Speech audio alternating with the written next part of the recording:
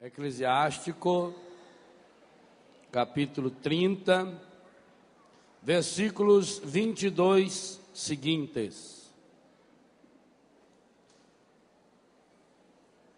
Minha voz está legível? Não entregues tua alma à tristeza. Não atormentes a ti mesmo em teus pensamentos. A alegria do coração é a vida do homem e um inesgotável tesouro de santidade. A alegria do homem e da mulher torna mais longa a vida. Tem compaixão de tua alma. Torna-te agradável a Deus e sê firme. Concentra teu coração na santidade e afasta a tristeza para longe de ti. Pois a tristeza matou a muitos e não há nela utilidade alguma. A inveja e a ira abreviam os dias, e a inquietação acarreta a velhice antes do tempo. Um coração bondoso e nobre banqueteia-se continuamente, pois seus banquetes são preparados com solicitude. Palavra do Senhor. Que beleza de texto, meus irmãos, como um programa de oração, de cura interior para o estágio da vida em que você se encontra hoje. Você é adulto, na idade adulta. Você idoso, como um idoso. Você é jovem, na plenitude da sua juventude. Por isso que eu quero refletir com você nesse momento, a partir de um tema que eu classifiquei no livro Rezando a Vida, na plenitude da graça. Nós precisamos descobrir a plenitude de Deus em nossa vida a partir daquilo que nós somos. E para que a gente possa ser feliz, sendo aquilo que a gente é, a primeira grande coisa a fazer, segundo esse texto do Eclesiástico: joga a tristeza para longe do seu coração. E segundo o texto, algumas situações da vida, e aqui veja uma coisa muito interessante: não há nesse texto nenhuma analogia, nenhuma situação de acontecimentos exteriores. O que me torna feliz ou infeliz não são as coisas exteriores. O Eclesiástico diz que para você cultivar a alegria, não entregar a sua alma, a sua essência à tristeza, não se atormentar, esse é um caminho. Primeira coisa a fazer para não entregar a alma à tristeza: não atormentes a ti mesmo em teus pensamentos. Como é que nós nos atormentamos a nós mesmos em nossos pensamentos? O que é uma tormenta? É uma agitação? Atormentar a ti mesmo nos teus pensamentos é quando a pessoa fica martelando ideia negativa. Quando a pessoa fica ruminando os acontecimentos negativos da sua infância, da sua adolescência, da sua juventude, da idade adulta. É quando a pessoa olha para os seus fracassos com lente de aumento. E isso eu reservei para falar na fase adulta da vida, exatamente por quê? Porque nós pensamos, eu não sei por quê também, que o adulto é alguém que está pronto. E nós passamos a nos olhar com o critério que o mundo coloca para nós, de que nós somos pessoas prontas, pessoas acabadas, que a gente não amadurece mais, que tudo na vida já está estabelecido. O que mata o matrimônio? O que mata o sacerdócio? O que mata o entusiasmo no trabalho? A rotina. E rotina é você fazer as coisas como se já soubesse. Erro número 1 da nossa vida é a gente contar os dias como se os dias fossem só um dia depois do outro. Hoje é terça-feira, hoje é quarta-feira, hoje é quinta-feira, hoje é o dia 9 de fevereiro. E esquecemos que hoje é o primeiro dia do resto da minha vida. Aliás, hoje é o único dia da sua vida. Ontem volta? Ele foi bonito ou ele foi feio? Acabou. Passou. Amanhã vem? Amanhã é um dia que nunca vem. Quando alguém falar para você que vai lhe pagar uma dívida amanhã, esquece. Porque quando chegar na segunda, ele falou, não, eu falei que é amanhã. Todo dia tem seu amanhã. Eu já disse aqui no acampamento passado que eu estive. Viva como se fosse o último dia da sua vida. Um dia você acerta. Ou não? Um dia você acerta. Então, viva como se fosse o último dia.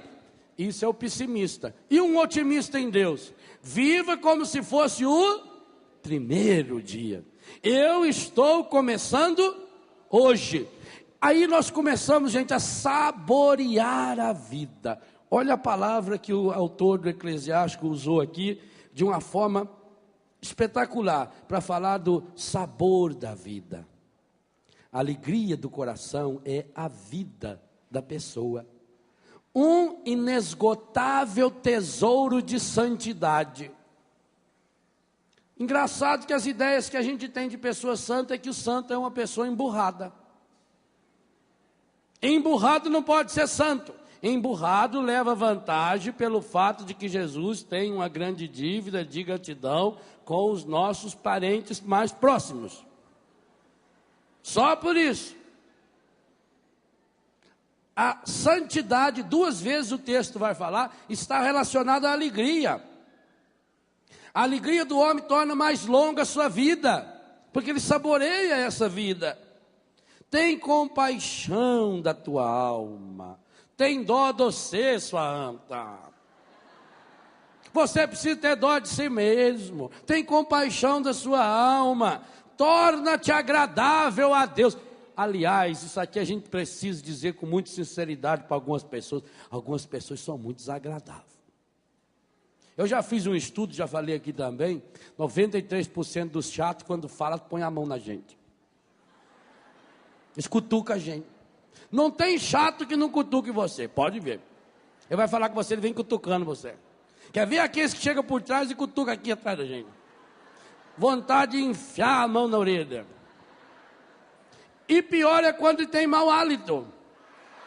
Que puxa na direção da sua cara. Que... É bom que lembra a gente sempre que não devemos querer ir para o inferno. Porque o inferno deve ter esse negócio, esse cheiro também. Então, tem pessoa que é uma pessoa desagradável. Ô padre, ninguém gosta de mim, mas gostar de você para quê? Que utilidade você traz para o mundo, rapaz? Aonde você passa, você deixa um rastro de fofoca, um rastro de pessimismo, um rastro de negativismo. Você é um estraga-prazer, você já venceu o prazo. Tem pessoa que faria um grande favor para si mesmo. Então, tem compaixão da sua alma. Torna-te uma pessoa agradável a Deus. Nem Deus quer você no céu, porque você vai torrar para a ciência dele. Você tem que descer anti-horário. Você tem que ir para aquele sentido negativo onde você está indo. Então, santidade tem a ver com alegria. E uma alegria que não vem de fora, não é euforia. Euforia é uma alegria baseada em coisas e em pessoas. Triste daquele e daquela que coloca a razão da sua alegria nas coisas de fora. Porque essa pessoa não vai conseguir ser feliz. Ela vai enxergar o quê? A primeira vez que eu fui à Alemanha, eu fiquei encantado com a Alemanha. Foi a primeira vez que eu saí fora do Brasil para a Europa. Fui trabalhar, fiquei uns 20 e poucos dias na Alemanha. Então eu fiz uma viagem de trem da cidade de Bruxal até a cidade de Colônia. Isso deve dar umas 4 horas de trem. E eu ia extasiado. Vocês imaginam bem um rapazinho lá do Biguá, andando de trem na Alemanha. Ah, meu filho, era muito chique demais. Eu me sentia a pessoa mais importante do mundo. Estava eu e o padre Sérgio. Aí, depois de 1 hora mais ou menos, me deu uma sede, eu falei para o padre, vou tomar um negócio aí. Ele falou, vai lá no vagão, que é bar. Aí fui. Você vai andando dentro do trem. Chega aqui, vagão, ele é mais alto, aquele vidro enorme assim aberto, né? Aí encostei numa coluna, peguei uma lata verdinha assim de cerveja. Uma cerveja muito saborosa. Naquela época eu bebia ainda, né? Agora não bebo mais, graças a Deus. Então peguei aquelas latonas de cerveja. Fui saboreando, bebendo devagar. Cerveja alemã, olha o que você quer. Estava tomando em português, mas era alemão. Aí eu encostei na coluna, um ferrinho assim, fiquei olhando, mas era a coisa mais linda, aquelas paisagens lindas, a estrada do automóvel passa do lado, o rio, aqueles castelos. A Alemanha é um jardim, a Alemanha é um dos países mais belos do mundo, uma organização, a gente vai extasiado com aquilo. Aí eu notei que na última mesinha assim do vagão, que é um barzinho, não é? Então a última mesa tinha um casal brigando em alemão.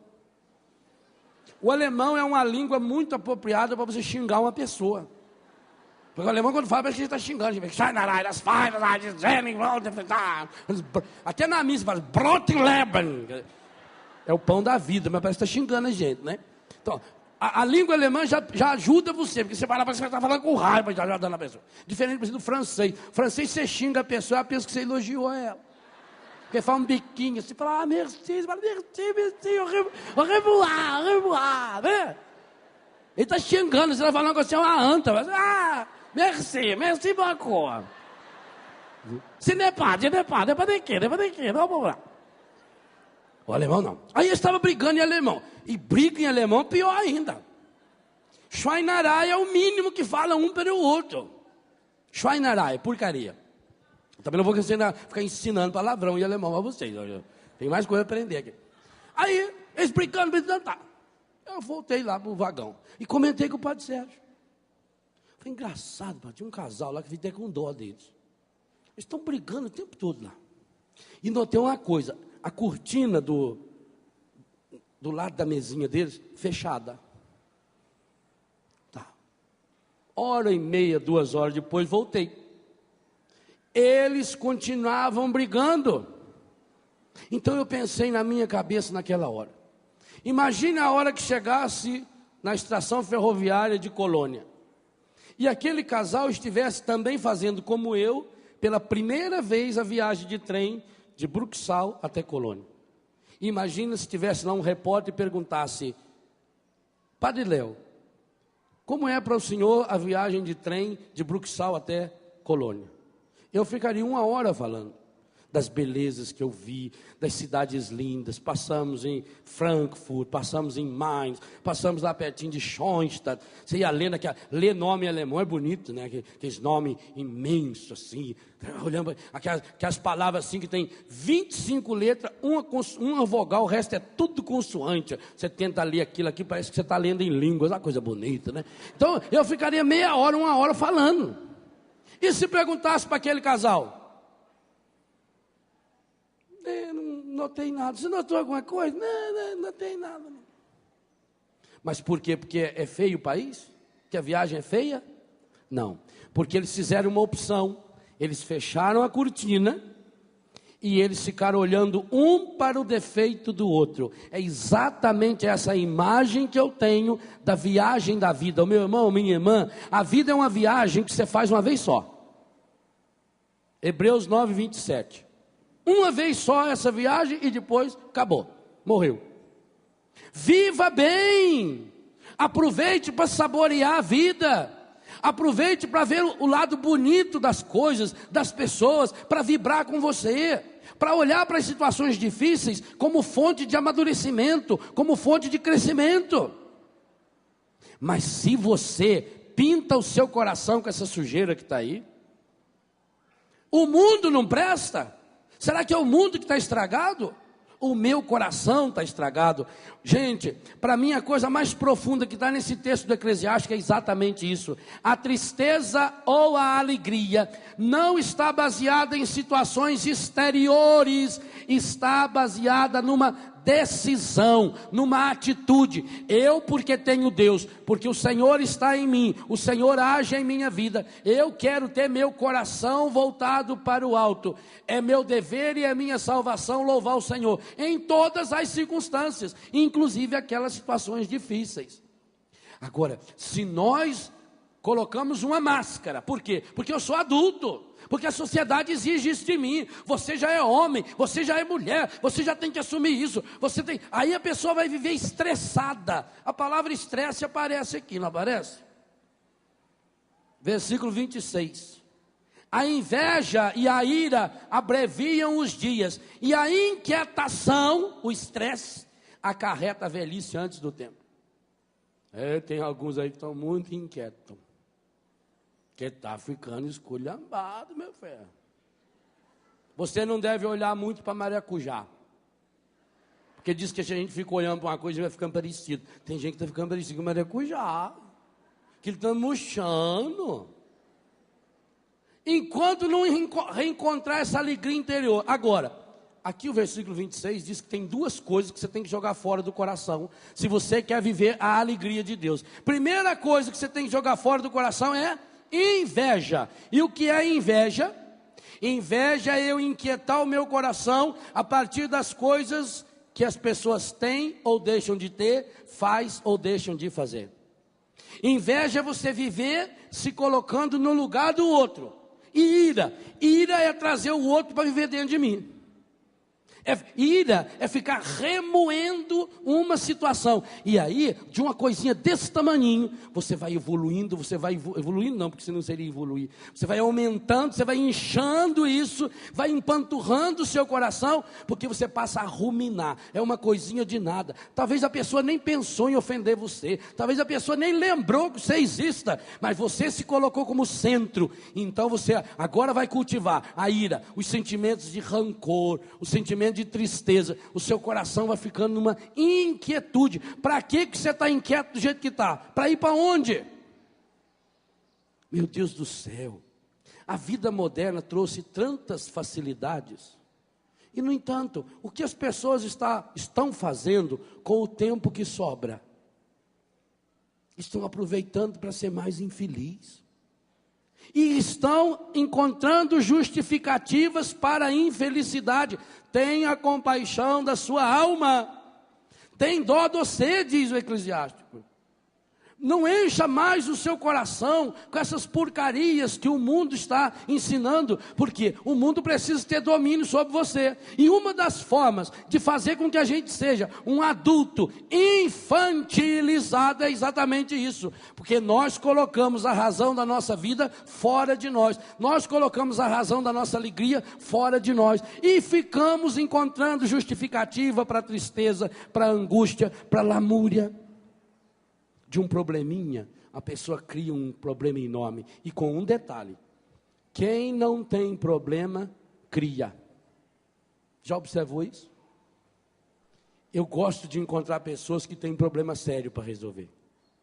Quando a pessoa tem um problema sério para resolver, ela busca uma força interior. Quando a pessoa passa por uma situação realmente limítrofe, uma situação muito difícil, de uma doença grave, de um problema sério, a família se une. Família que passou por problema sério é uma família muito mais restaurada. É uma família que depois sabe saborear a alegria da vida. Agora, pessoa que não tem problema, a maior parte das pessoas hoje não tem o que fazer. É uma vida sem sentido, é uma vida voltada para a inutilidade. Então pensa você agora, qual é o benefício que a humanidade lucra com a sua vida? Se por acaso você ficasse doente e fosse pedir a Deus, Senhor, cura-me, e o Senhor resolvesse lhe fazer uma pergunta, eu vou curar você para quê? Quais seriam as justificativas que você daria para Deus? Evangelho de hoje, Jesus curou a sogra de Pedro, e ela imediatamente começou a servi-los. Pensa bem, você está pedindo uma cura ao Senhor. Porque eu vou perder a minha fé. Deus vai ficar muito problemático com você. Nossa Senhora, Deus entrou em deprê por sua causa. Deus está tão sentido que você não acredita mais nele. Deixa de ser besta, eu sei que precisa de Deus, não é Deus que precisa de você, ora. Deus que precisa de mim? Parece que eu faço um favor a Deus. Não, hoje Deus deve estar muito feliz, porque eu rezei, eu falei em nome dele, eu cantei, eu louvei. Se eu não louvo, o Senhor fica muito troncho, muito triste. Hoje ele está abatido porque eu não louvei. Aí eu louvo o Senhor, ele fica todo feliz, como se fosse um político que precisa de elogio barato. Não. Então quando você perguntar para Deus, Senhor, por que eu não fui curado ainda? E o Senhor vai olhar para você e vai dizer, eu estou dando uma chance a você. Eu estou esperando para ver se você deixa de ser besta. Porque não adianta, igual aquele sujeito que estava no hospício, batendo a cabeça na parede.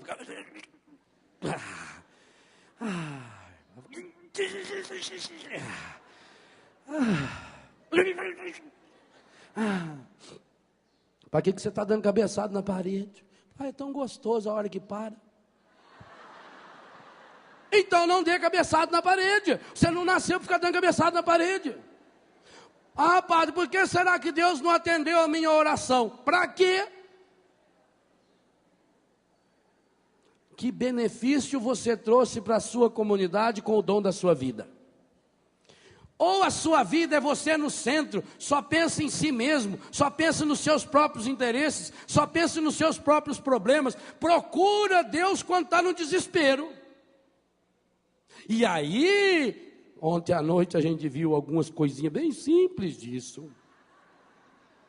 Aí, na hora que a coisa aperta, você vai no primeiro lugar que mandava você ir.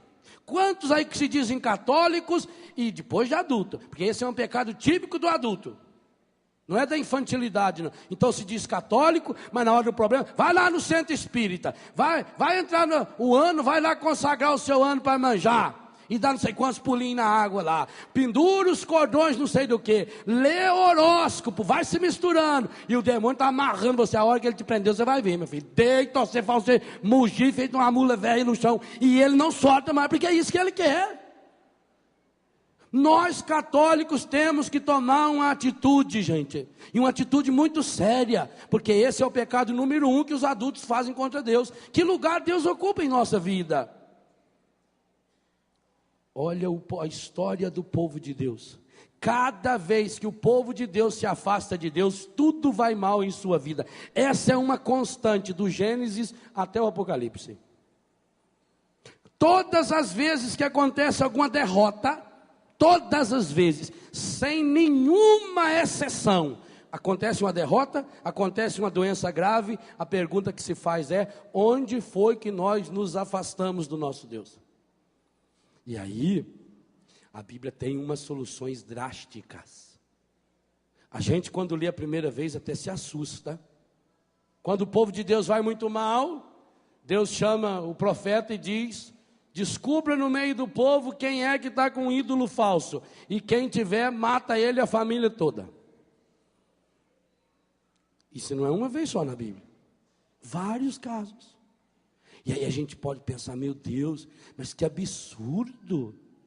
Onde está o amor? Eu só penso no amor quando é a meu favor.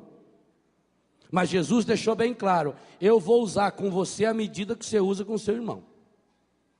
A mesma medida. Jesus já garantiu, a mesma medida com que você medir, você será medido. Jesus deixou bem claro, o que derruba a casa não é a chuva, não é ventania, não é enxurrada. O que derruba a casa é a base mal feita. Então, meu filho, se você está lá balança, mas não cai, está na hora de você se firmar em Deus. Isso significa ser adulto. Adulto não é alguém que está pronto. Adulto é alguém que sabe aonde fixar a sua história, que sabe aonde fixar a sua vida, que sabe que sem Deus não consegue absolutamente nada. Mas nós, quando fizemos essa opção, por viver nas aparências, por fazer aquilo que as pessoas desejam que a gente faz, nós vivemos para os outros, nós vivemos nas máscaras. E aonde é que nós podemos tirar a nossa máscara? Infelizmente, nem dentro da própria casa. Por isso que nós hoje percebemos o índice de pessoas adultas, maduras, viciadas em droga. É muito mais, aliás, tem uma diferença muito interessante. Talvez o número de jovens que se viciam em drogas seja maior do que o grupo de adultos que se vicia, se você olhar objetivamente falando, números isolados. Mas quando a gente trabalha na dependência química, a gente descobre que o índice de jovens que deixam a droga é muitas vezes maior que o índice de adultos que deixam a droga. Por quê? Porque o adulto não consegue reconhecer a sua fraqueza. Principalmente o homem. Acha que o problema está nos outros e não consegue reconhecer: eu sou fraco, eu sou limitado. Gente, não vamos pensar que porque eu tenho 40 anos, 50, 60, 70 anos, porque eu já sou homem, porque eu já sou mulher formada, que eu não continuo precisando dos mesmos carinhos, da mesma ternura que eu precisava quando tinha 2 anos de idade, quando tinha 10, quando tinha 15. Mesma coisa a minha sexualidade. Eu sou um homem, eu sou uma mulher adulta, realizado na minha vida, feliz no meu matrimônio, feliz no meu sacerdócio. São Paulo diz: quem está de pé, cuide para não cair. Porque quanto maior a árvore, muito pior é o tombo. Inveja e ira abreviam os dias. Então inveja é eu viver lançando o meu coração naquilo que o outro faz ou deixa de fazer. E a inveja do outro rompe a minha comunhão com Deus. Caim e Abel. Sara, olha a guerra aí. Sara e Agar. Os descendentes de Ismael, os descendentes de Isaac, os descendentes de Israel. A Bíblia diz bem claro que Herodes não queria condenar Jesus, Pilatos também não, porque sabia que os judeus tinham entregue Jesus por inveja. A inveja é fonte de morte. O livro da sabedoria diz: foi por inveja do demônio que a morte entrou no mundo. Então eu não posso cultivar dentro de mim a inveja. E o que desperta a inveja? Eu ficar me comparando com o outro. Você não tem que se comparar com ninguém. Se você quiser se comparar com alguém, o único referencial que o católico pode comparar, eu citei o texto aquela hora e agora eu leio, Romanos 8, 29. Única pessoa que o cristão pode se comparar. Os predestinou para serem conformes à imagem do seu Filho Jesus. Se você quer se comparar com alguém, a única pessoa com a qual você pode se comparar, em toda e qualquer circunstância, você pode se comparar com Jesus Cristo e mais com ninguém. E comparar-se com Jesus como aquele que deu a sua vida por mim e por você. Mas se nós vivemos nos comparando com a pessoa, meu Deus do céu, primeiro que você não tem um grau de comparação. Como é que eu vou eleger o melhor cantor? Se a música é diferente, se o tom de voz é diferente, o estilo de música é diferente. Como é que eu vou escolher o melhor pintor? Como é que eu posso comparar, por exemplo, Michelangelo com Renoir? Renoir não sei nem quem que é. nem nunca ouvi falar nele, né? Como é que eu vou comparar? Eu não conheço. Agora, se você vai num grupo de pessoas, eles ficam olhando para aqui e falam: que coisa linda, né? Que espetáculo, olha que beleza. Vai numa exposição de artes abstrata, que são as manchas assim, parece que uma vaca passou o rabo assim no chão, e ela dá aquela rabada na parede. Você olha, nossa, olha que coisa abstrata, a luz que vem dessa pintura, parece que emana daí uma força, que coisa linda. Eu fui na casa de um casal amigo meu, não posso citar o nome deles, que são muito conhecidos. Fui na casa deles, um apartamento novo. Olha que coisa linda. Olha a sala como ficou bonita. Olha esse quadro. Eu fiquei olhando para o quadro. Não é lindo? Aí a mulher foi lá dentro ver um negócio e falei para o marido: escuta, a assinatura do autor não está errada, não. Estava de ponta cabeça. Olha que obra de arte mais linda. Aquilo de ponta cabeça eles não tinham descobrido. A assinatura dele está de baixo para cima aqui. Aí viramos, olha, muito mais bonito. Ah, eu tenho tanto dó de gente boba. Tomara que eles estejam assistindo, eles vão me brigar muito comigo.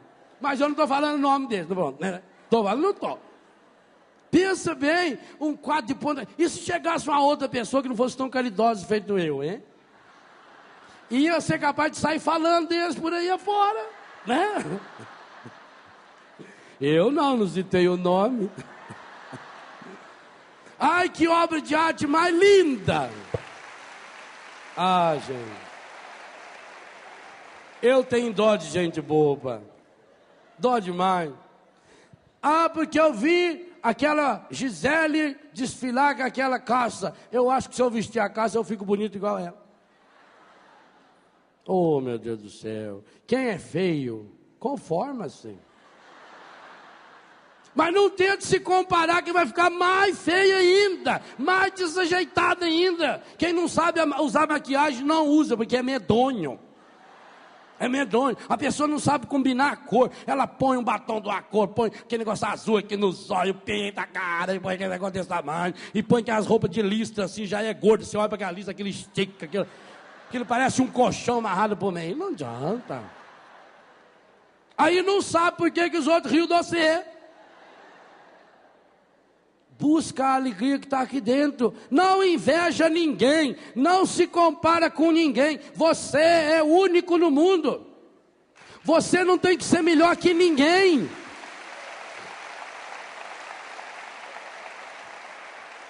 Volta o que nós falamos na primeira pregação desse acampamento. A ciência diz que você é único. Gente, Lula, o nosso presidente da República, é o segundo homem mais votado da história do mundo. Lula se tornou presidente do Brasil com 52 milhões de votos. É muito voto. O Serra está tentando fazer conta até hoje. É muito voto. 20 milhões de votos de diferença. Mas é muita coisa, tá louco. Isso é 2 Portugal, é quase uma Argentina. É muita coisa. É maior que o estado das Minas Gerais. É Minas Gerais e Rio de Janeiro junto. É muita gente, mas é muita gente.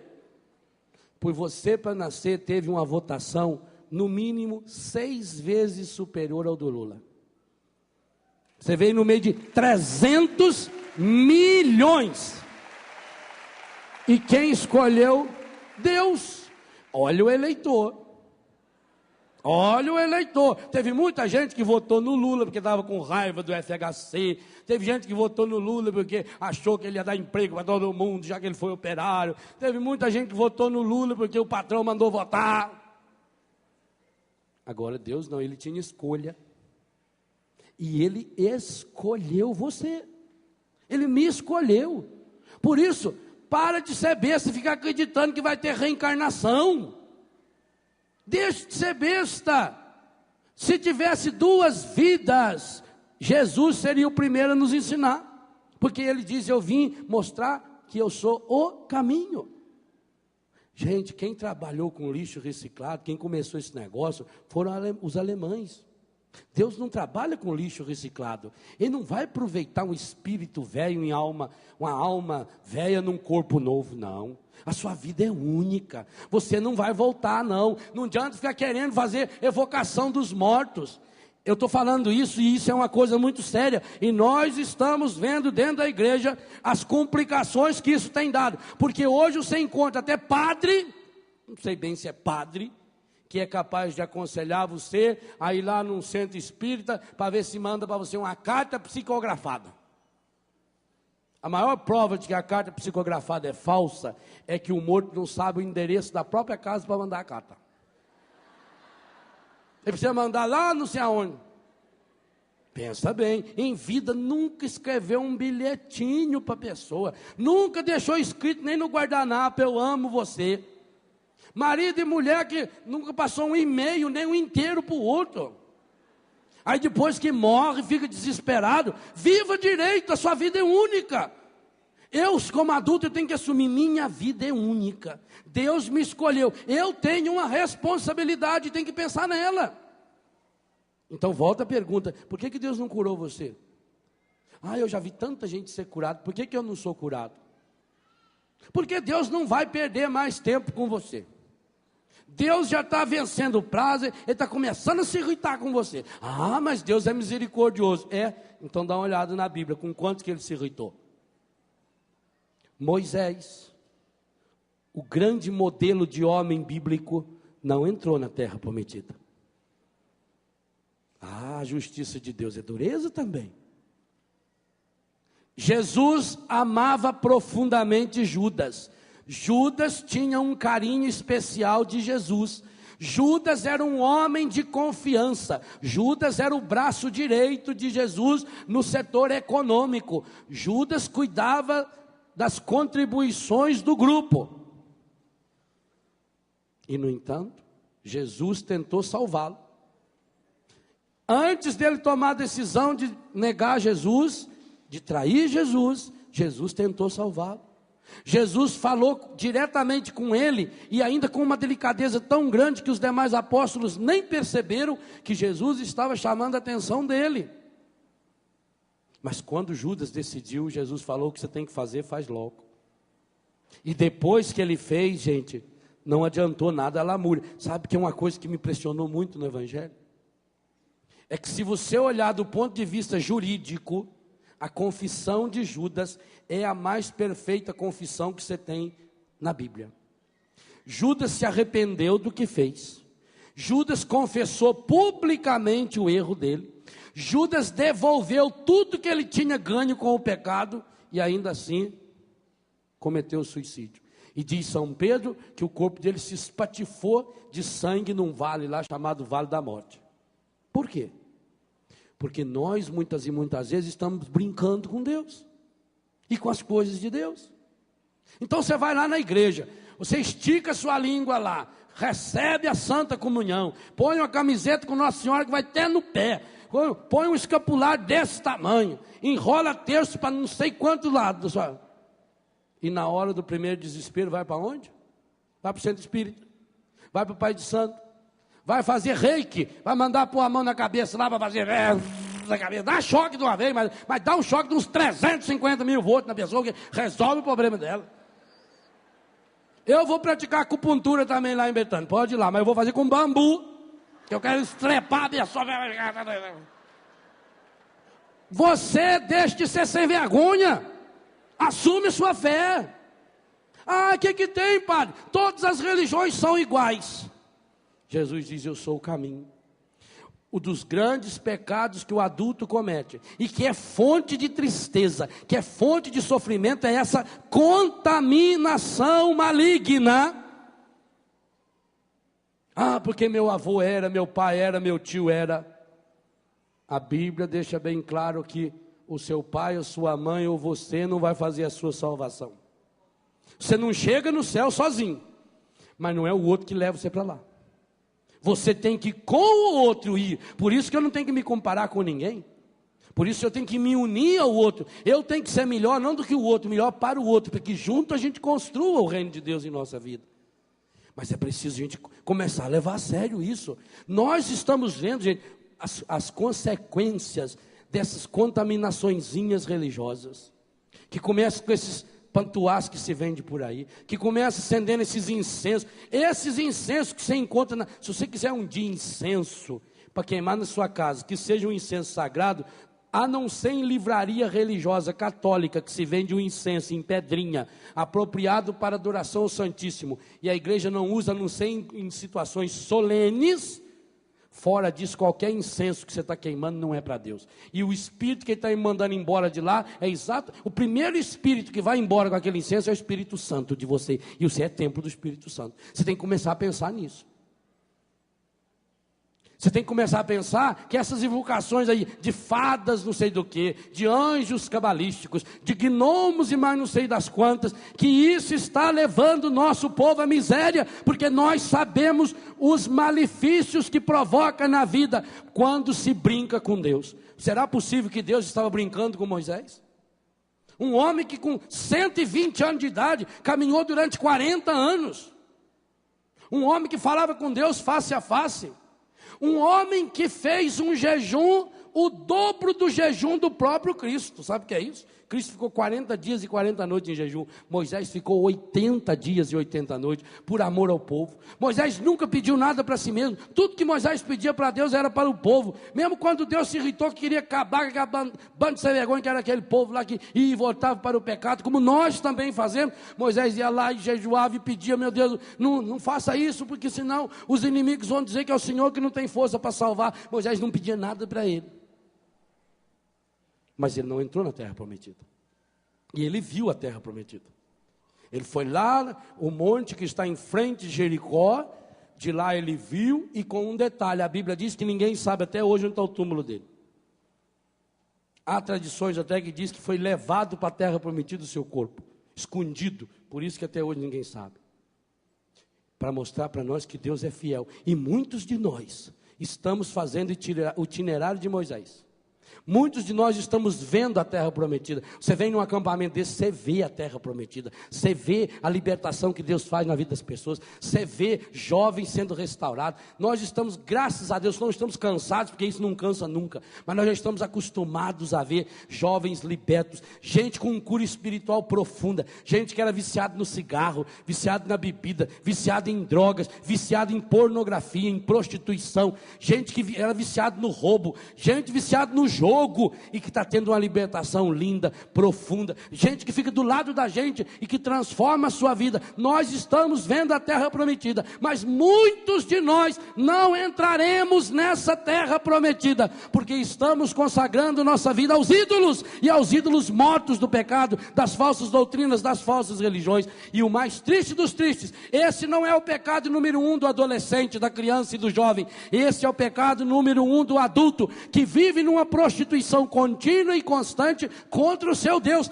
É hora de dizer um basta. É hora de mandar embora da minha vida esses objetos consagrados aos ídolos, esses objetos consagrados aos demônios, porque os demônios vão se disfarçando. A nova era é especialista em disfarçar, através de falsas doutrinas, de falsas religiões, de objetos consagrados, de posturas de oração consagradas, de nomes consagrados, de gestos consagrados, de roupas consagradas. Gente, eles estão fazendo um trabalho violento.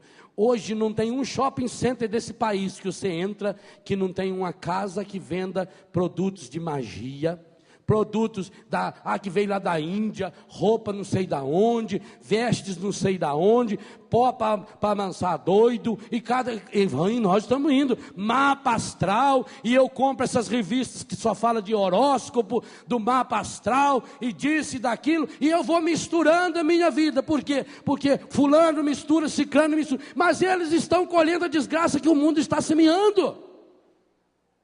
É triste pensar que quantos de nós, como Moisés, estamos chegando tão perto da terra prometida, estão enxergando ali do outro lado da terra prometida. Eu estou vendo a libertação que Deus está fazendo na vida da pessoa do meu lado, mas não estou recebendo a bênção. E é por isso que eu estou na angústia, eu estou na tristeza, eu estou entregando a minha alma à tristeza, eu estou cultivando a tristeza. E aí está dizendo, a tristeza já matou a muitos. Ela antecipa a sua vida, ela vai tornando você. Por que fala que antecipa a própria morte? Porque a pessoa passa a viver em vida aquilo que já é da morte.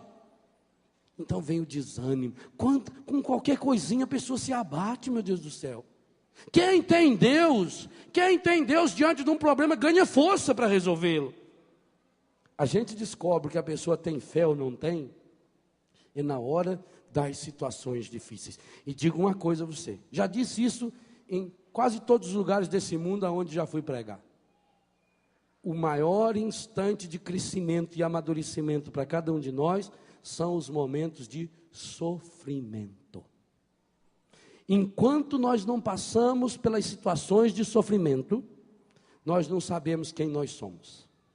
Nós vamos descobrir o nosso melhor e o nosso pior naquelas situações difíceis, quando a gente passa por culpa nossa ou dos outros. Ali nós descobrimos quem nós somos e o que Deus pode fazer em nossa vida. Mas nós estamos procurando essa vida fácil, esse Deus fácil, gente. Essa ideia desse Deus da nova era, ela está presente em muitos de nós cristãos, e isso é uma pena. Porque nós estamos buscando a cura interior como se fosse uma coisa mágica. Ora, para não alimentar a ira e para não alimentar a inveja, ira é trazer o outro para dentro de mim, inveja é eu ficar olhando e mirando minhas emoções e meus sentimentos no sucesso ou nas coisas boas, materiais, ou no sucesso profissional que o outro tem. O único jeito de vencer esse mal é usar o remédio que Jesus Cristo nos deu, e que eu já salientava para isso na reflexão anterior. Se Jesus deixou garantido para nós, onde 2 ou 3 estiverem reunidos em meu nome, eu estarei no meio deles. E nós sabemos que aonde Jesus Cristo chega, e vamos refletir isso na missa hoje, aonde Jesus Cristo chega, desaparece aquilo que não pertence a Ele. Aqui está um novo desafio que cada um de vocês podem fazer. Não preciso ter estudo para isso, não preciso saber ler a Bíblia para isso, não preciso ter estudado na escola Paulo Apóstolo, não preciso ter feito aprofundamento, não preciso ter feito teologia. A única coisa que precisa é que 2 ou 3, no mínimo, 4 ou 5, no máximo, de vocês queiram ter a coragem de se reunir para rezar um pela cura interior do outro. E como é que isso vai acontecer? Então você combine com 3, 4 pessoas da sua convivência, que tenha um horário possível de se conciliar. Por exemplo, as senhoras donas de casa. Hoje em dia, há horários na agenda semanal da senhora que é completamente livre. Já fez o almoço, não é dia de lavar roupa, não é dia de ir na costureira, não é dia de ir no cabeleireiro, não é dia de cortar a unha, não é dia de pintar os olhos. Você tem lá um tempo sobrando. O que faz com aquele tempo sobrando? Alguns saem para bater perna. Eu estou com tanto problema que eu vou dar uma volta, eu vou no shopping. Aí chego no shopping, eu pego e faço umas compras. Aí eu não tenho dinheiro para pagar, mas eu comprei aquilo fiado. Agora eu estou com mais problema ainda, porque eu tenho que pagar aquilo que eu comprei. Então você acha um horário, daquele na sua agenda, a sua atribulada agenda, porque é impressionante. A gente só encontra gente atribulada, gente correndo. Estou atrasado, estou atrasado para quê? Não sei para quê. Vai ter a eternidade inteira para ficar sossegado lá, no anti-horário. Sossegado. Lá você vai ter agitação à vontade. Você gosta de agitação? Olha o lugar certo seu, é o anti-horário. Vai lá. Então você acha o horário semanal, uma vez por semana. Segunda-feira, 3 horas da tarde. 3 horas da tarde não, quem tem a missa aqui é bom assistir. Então faz 5 horas da tarde. Terça-feira, 9 da manhã.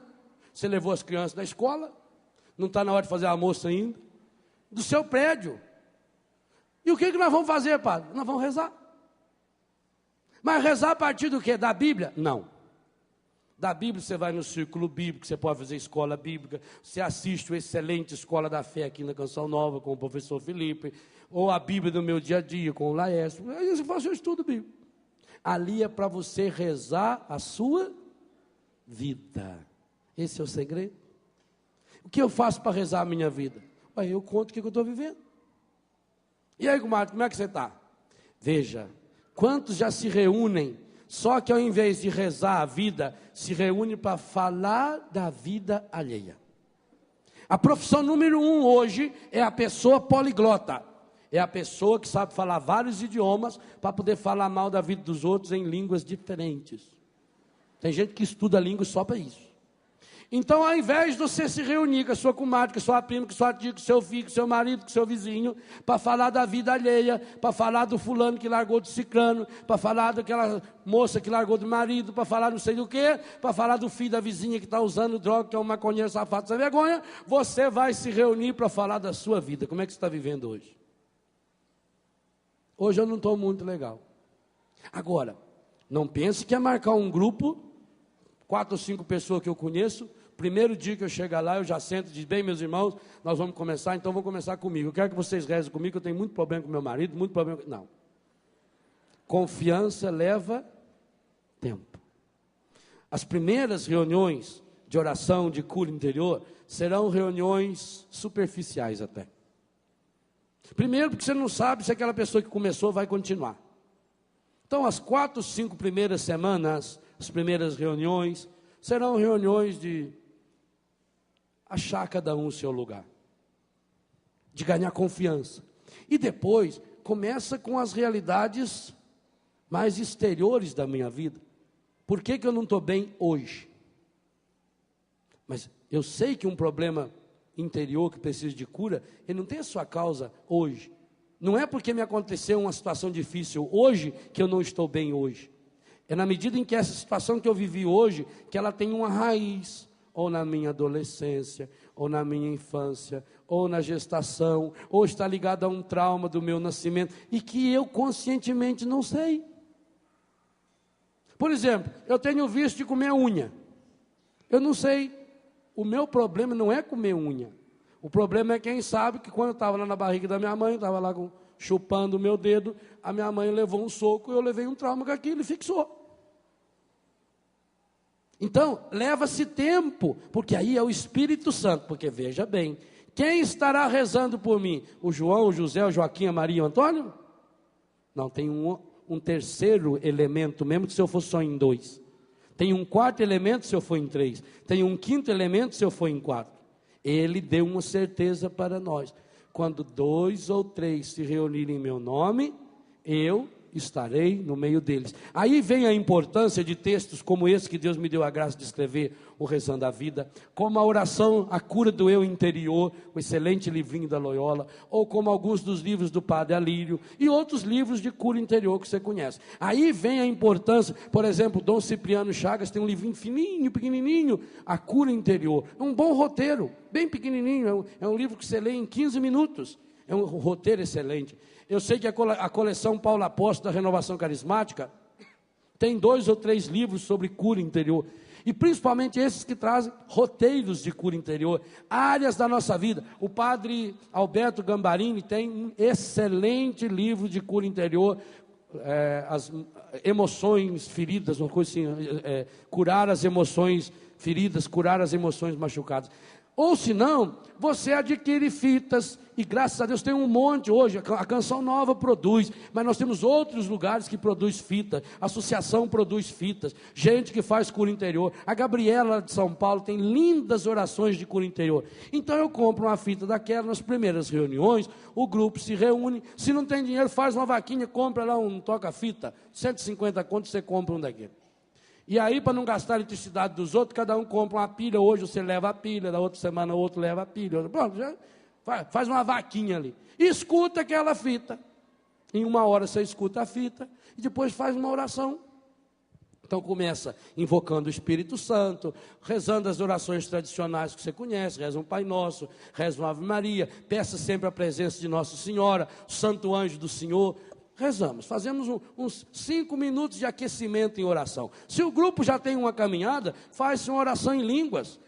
Depois, ore pelo da direita, ore pelo da esquerda. Se tem tempo, coloque uma cadeira. Por exemplo, lá em Betânia, onde eu moro, que nós pregamos retiros a cada 15 dias, e sempre retiro de cura interior, nós temos os quiosques à beira do lago. Então nós fizemos 7 quiosques de um lado e 3 do outro. Então são os quiosquezinhos que cabem lá 10 ou 12 pessoas. Todos os quiosques têm uma banquetinha no centro. Para quê? Para durante a oração colocar a pessoa sentada e os demais fazem imposição de mãos, reza pela pessoa. Então nós vamos fazer isso no grupo. Com o tempo, depois de 1 mês ou 2, o grupo adquiriu confiança. Um já está confiando no outro. Pode começar a abrir o coração, a partir dos problemas exteriores, a partir daquelas realidades mais superficiais que a gente tem. Eu estou angustiado, eu estou triste. Mas por que você está triste? O probleminha com o meu marido. Então vamos rezar pedindo a Deus que venha santificar o matrimônio da nossa irmã. Nós não vamos estar julgando, nós não vamos estar condenando o irmão, nós não vamos estar tentando resolver o problema, nós não vamos dar uma de psicólogo. Você não é psicólogo, não tenta ser psicólogo, deixa o psicólogo. Psicologia é uma profissão linda, maravilhosa, que pode ter uma força de unção, e aliás hoje, principalmente nos Estados Unidos, a Associação de Terapeutas Cristãos, que fazem um trabalho de cura interior, um ministério de cura interior. E aqui no Brasil, as escolas de psicologia que seguem a linha de Viktor Frankl, da logoterapia, têm feito uma ajuda tanto nas comunidades terapêuticas, como em grupos de oração, que é um benefício maravilhoso. Agora, se você não é psicólogo, não dê uma de psicólogo. Faça aquilo que você pode fazer. O que você pode fazer? Você pode rezar pelo seu irmão, você pode interceder. Jesus deu a certeza para nós: 2 ou 3 reunidos em meu nome, eu estou no meio deles. E aí volta o esquema que nós falamos hoje de manhã. Se Ele está no meio de nós, então automaticamente nós começamos a jogar o nosso coração para o alto. Se o nosso coração está voltado para o alto, porque o nosso coração está em Deus, nós passamos imediatamente para essa oração de louvor. Então eu começo a abastecer a minha vida. Gente, você já notou que tudo na vida tem que ser abastecido? Aqui dentro desse microfone tem uma pilha. Se a pilha fica fraca, a voz, o microfone é excelente. Isso é um Shure, um dos melhores que tem. Ainda mais que vem com esse rabinho, isso é um charme, tem esse rabinho aqui. Poucos microfones têm esse rabinho, mas se ele não tiver a bateria aqui dentro, então eu vou ter que tirar essa bateria e botar outra. Você pode ter um celular de última geração, um celular que treme quando você quer falar com alguém, que parece o retrato da pessoa, mas você tem que recarregar a bateria dele. O seu carro você tem um automóvel maravilhoso, um automóvel que custa $200 mil, um automóvel que faz tudo automático, mas a cada 400, 500, 600 quilômetros você tem que passar num posto e mandar colocar combustível, tem que abastecer.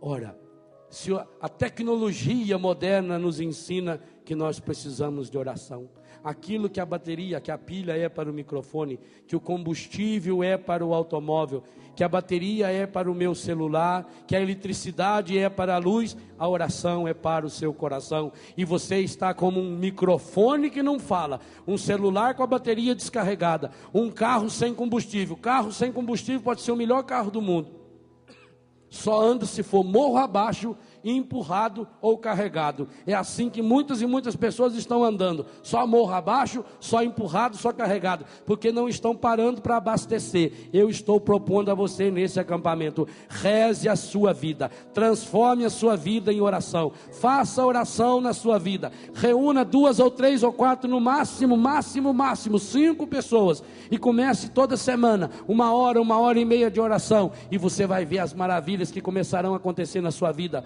Porque na medida em que nós abastecemos o nosso coração com as coisas de Deus, nós vamos mandando embora do nosso coração a tristeza, a angústia, a depressão, a amargura, e você vai ganhando força, e aquilo vai se tornando um referencial. Eu vou falar alguma coisa sobre isso na missa hoje à tarde. Vai se tornando um referencial para nós, a nossa vida vai sendo marcada. Então, aquela semana de oração, ela me impulsiona, ela me dá força para vencer mais uma semana. E quando no meio daquela semana eu estou vivendo uma situação difícil, eu estou vivendo uma situação, se eu não posso dar um telefonema para um do meu grupo, reza por mim, interceda por mim, peça a Deus por mim, aquela oração feita abastece você, e você, na esperança de que depois da manhã, ou daqui 3 dias, ou daqui 4 dias, vai se reunir de novo em oração, aquilo começa a dar força. Meu Deus, nossas comunidades precisam, eu digo aqui a minha comunidade Betânia, aqui a comunidade Canção Nova, você na sua casa, você nos apartamentos que moram, vocês precisam, nós precisamos,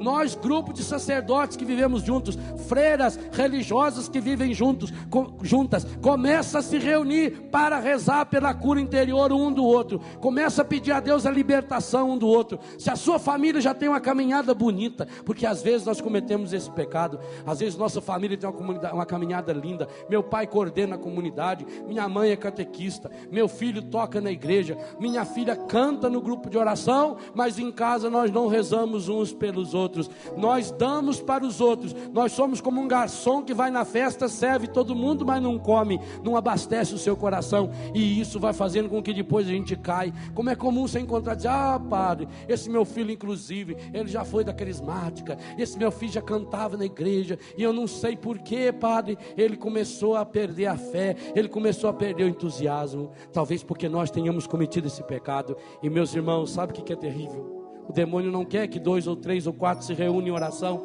porque enquanto a gente continua dividido, cada um para si e Deus para ninguém, então nós vamos continuar abastecendo o nosso coração nas falsas doutrinas, na macumba, no espiritismo, na invocação dos mortos, acendendo a vela para o Buda, acendendo isso, acendendo aquilo. Pois eu digo a você hoje, tome posse da graça de Deus na sua vida e comece a fazer isso agora. Comece a rezar a sua vida. Diga para Deus exatamente aquilo que você está sentindo agora.